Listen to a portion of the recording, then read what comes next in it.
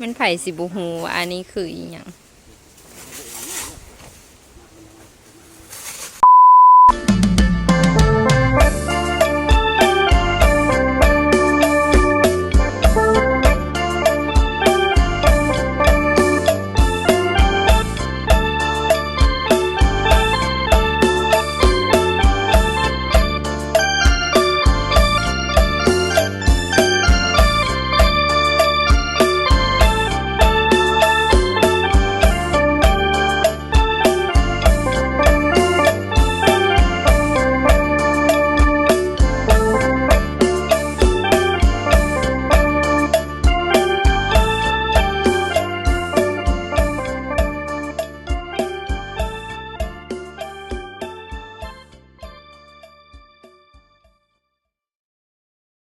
ทักทายสวัสดีพี่น้องเฮาวันพักวันพรเนาะมื้อนี้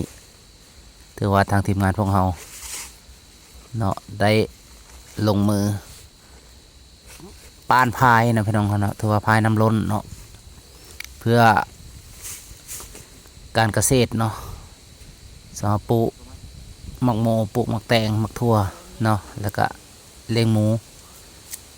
เฮ็ดทุกอย่างแล้วพี่น้องเฮาเพราะว่าปีนี้ก็ให้ค่อยอาชีพให้ เบิ่งน้ำ จับเลย สภาพน้ำอยู่ตามน้องนี่มันคือสิมีเพียงพอแล้วพี่น้องเฮาถือว่าวันนี้จะมีโอกาสเนาะวันพักการเนี่ยเราก็เลยพากันมาป้านพายน้ำล้นเนาะถือว่าป้านซ่าเนาะพี่น้องปีนี้ปีกายนี่ป้านวิทย์ผลแล้วป้านรอบปีนี้ละ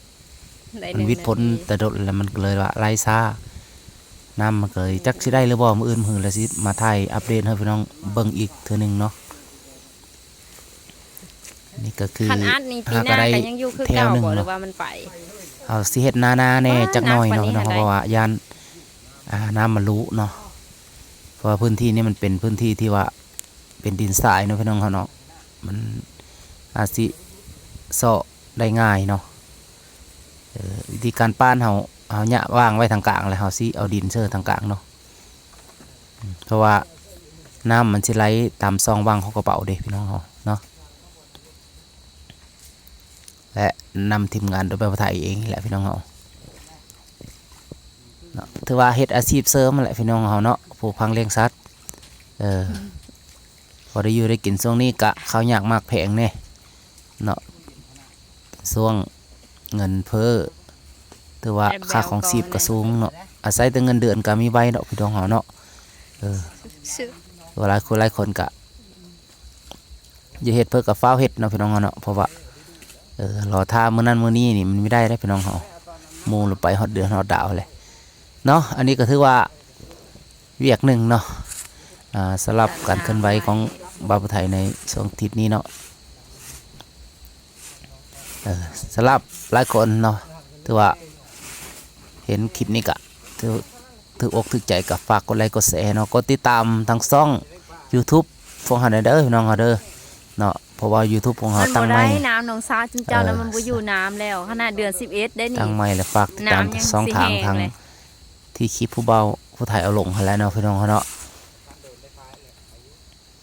คันน้ำมันบ่แห้งหาสังเกตแล้วน้ำมันยังอยู่คือเก่าปีนี้แหละเบิ่งสภาพน้ำเลยคือสิแห้งไหวพี่น้องเฮาเพราะว่าน้องซะเบาถ่ายจก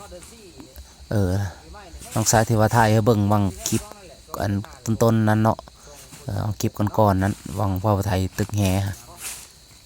ประมาณอยู่4-5 เมตร4 เมตรประมาณนี้แหละเนี่ยพี่น้องเนาะความลึกของมันแต่ว่ามันมีเพียงพอเนาะสำหรับการปลูกพังเลี้ยงสัตว์เนาะเพราะว่าพวกเฮาก็ปลูกทำอิฐก็ทดลองเบิ่งปีนี้เนาะปลูกประมาณ10 ครั้ง10 ปลายครั้งนี่แหละหมักโมก็ประมาณ20-30 คุ้มเพราะว่าทดลองเบิ่งว่าน้ำเฮาสิเพียงพอบ่ปีนี้เนาะ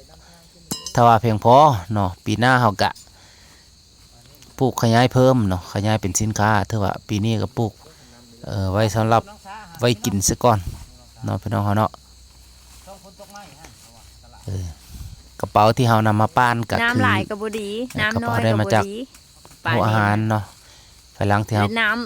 ซื้อหัวอาหารมาเกือหมูแล้วเฮาสถานที่มันหอมก็บ่ได้ใช้เนาะเฮาก็เอามาเฮ็ดเป็นประโยชน์แนวนี้เนาะพี่น้องเฮาเนาะ เคเนาะพี่น้องฮะสำหรับคลิปนี้ถือว่ามีฟลายเนาะฝากพี่น้องกดไลค์กดแชร์แน่ขอบใจหลายๆ